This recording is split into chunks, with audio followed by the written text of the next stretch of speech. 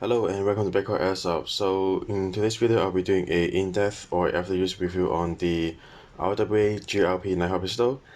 I have gamed with it a couple of times and I've shot around 25 to 30 max, so around 500 max in total, which is not a lot, but there are a few things that I noticed and I'm going to go over that, and also I'm going to talk about the possible upgrades and some of the issues that I have with the pistol. So let's start with the whole gun itself. Well, so far nothing breaks after 500 rounds. And then someone asked me if I can do power stroke the pistol. So let's put a BB in, get a slide lock, mag in, and yes, you can power stroke. Okay. And the reason why some people say it cannot be power stroke is because the slide lock has some kind of spring preventing the gun from falling down on some of the other models, mostly the one made by KWC, I think. And well, this one does not have the problem. So, and next, the recoil and sound coming from using this pistol with the CO2 magazine is superb. Like, after using this, everything else feels cheap and feels a lot more toyish. And so that's some of the nice thing about the whole gun itself. And now I'm going to talk about the cooldown. And the cooldown is not as great as I thought, even though with the CO2 magazine. I had a game about last week and it was 16, 17 degrees Celsius.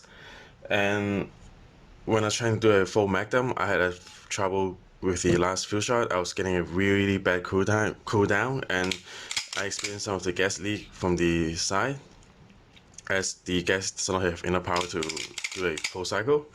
So the cooldown it's not as great as I thought, even with the CO2. Okay, next let's talk about the mag capability. The center one here is the original CO2 mag that it came with the gun. And on my right is the KJ Works CO2 Max. It also works with the gun. And the efficiency, I would say, is about the same. On that cold day, I could not get 2 mags from either of the magazine. I can get a mag and a half around for either of the mags, so I would say it's about the same. And then on my left, this is a Tokyo Marui gas mag for MEU. It also fits and then also fire, but the capacity of the gas capacity is not great at all. Using the the normal RWA green gas, it can shoot about 12, 13 rounds in a single shot, and it cannot do rapid fire. It simply does not have enough kick to full cycle the pistol for a rapid fire. But on single shot, around 13, I would say. And then when I move up to a more powerful, a 14 kilogram gas, it can shoot about 16 rounds and it can handle rapid fire, but a rapid fire it can only shot about 12 rounds rapid fire.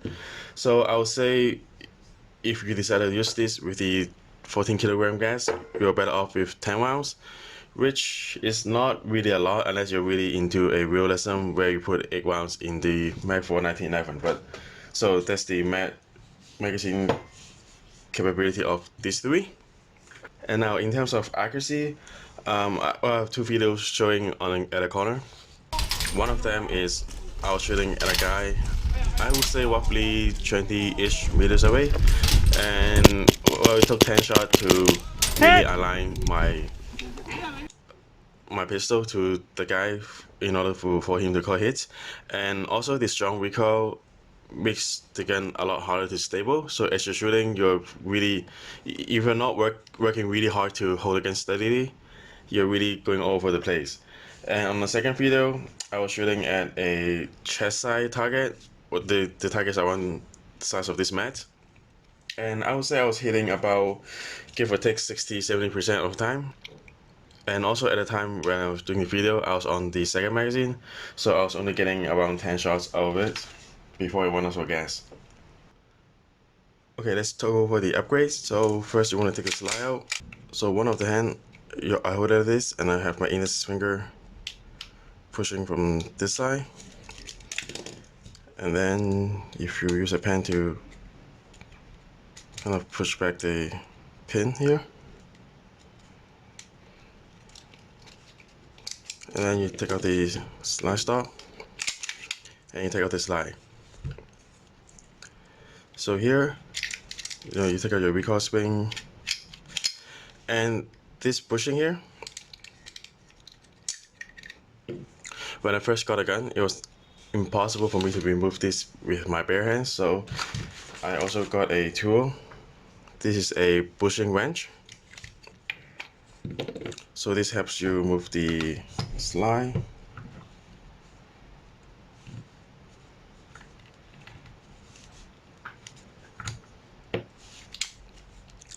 So remove the bushing.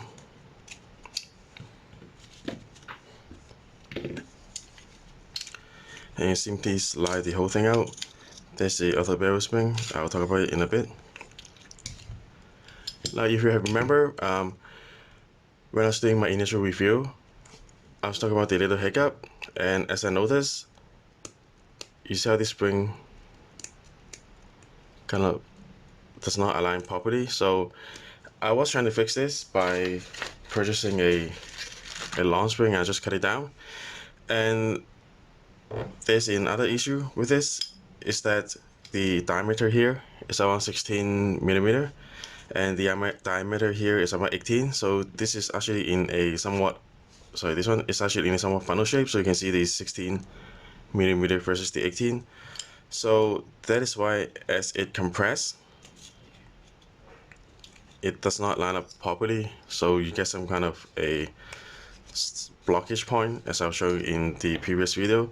And so I was getting a spring like this, and so you see how this one lines up more nicely than this spring.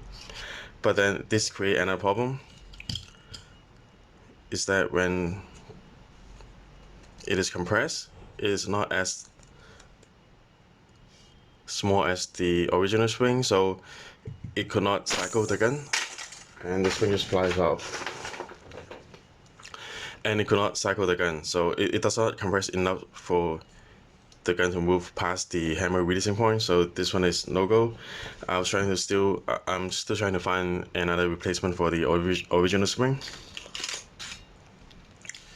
And as for the inner barrel, the way you remove this, and something I noticed, that a lot of KWA pistol is OEM by KWC, but this one I think is based on a Maori or KJ system, because the outer barrel and the inner barrel in the chamber, it does not have that little pin stopping it from removing like the KWC. So in here, you just simply go down like this, and you rotate. You see how the little spot here. So go down, you rotate,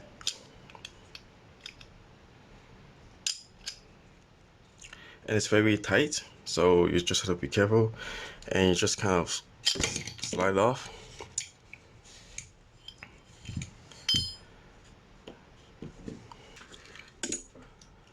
Okay, let's remove the screw on the chamber.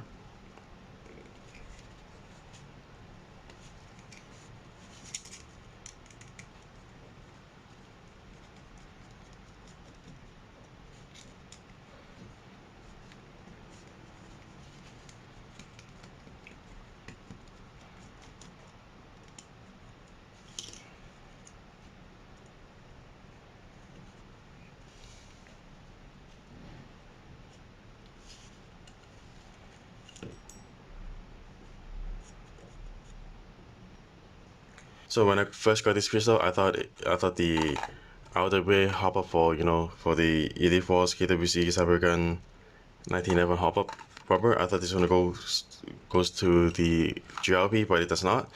As you can see, the hop-up structure is different. This is more like the TM. So when you're doing upgrades, just make sure you don't get this one. And I did got the 9-ball hop-up buckings and a PDI barrel, just to see if it improves the accuracy by a little bit. So let's go ahead and install those two. So the PDI barrel that I got is the one for Tokyo Marui MEU, and lengthwise is the same. So if you're looking for upgrade for the GRP pistol, you may consider that. And then there's the 9-ball buckings with the original buckings. It looks very similar, although I would say the knob in here is a bit larger than the 9-ball, but let's see if it fits in the chamber.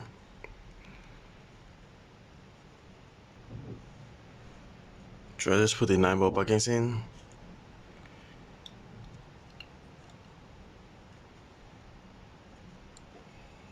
And it looks like it will fit the chamber.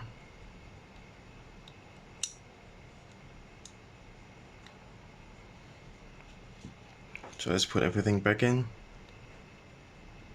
So there's a hop, just one wheel.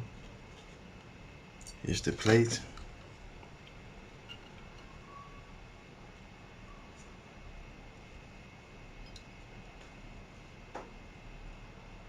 And let's set it to half hop for now.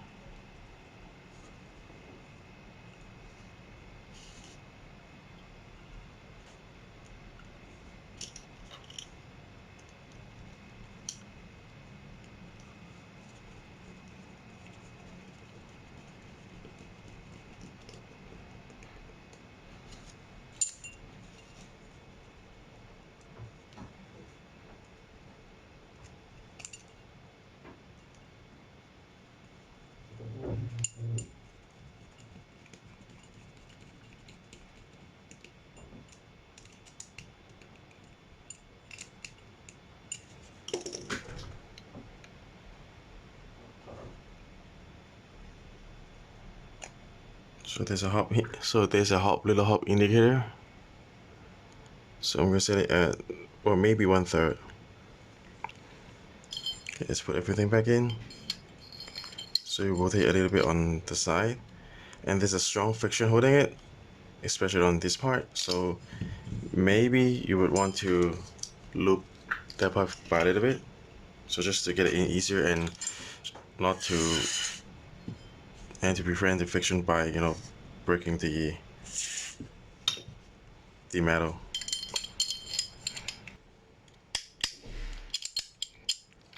Okay, and there you go. You assemble back the outer barrel and put on the quilted outer barrel spring, and just do everything in reverse.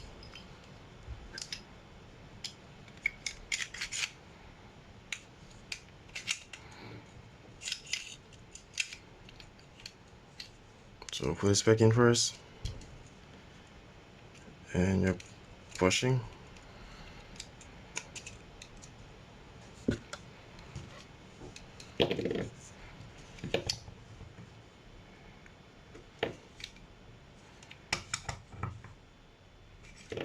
Make sure it is somewhat aligned there.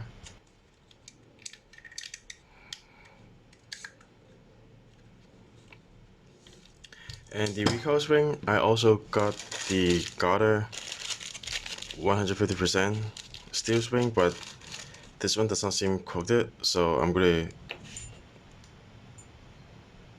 keep this until it loses strength, and I'll replace it with the Garter.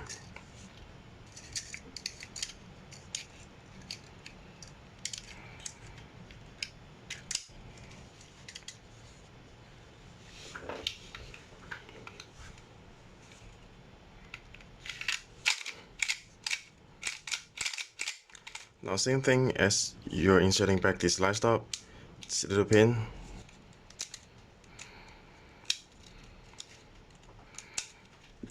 Okay, there you go. So this is the upgrade. Besides the gun upgrade, I also got an upgrade for the magazine, especially for the KJ magazine.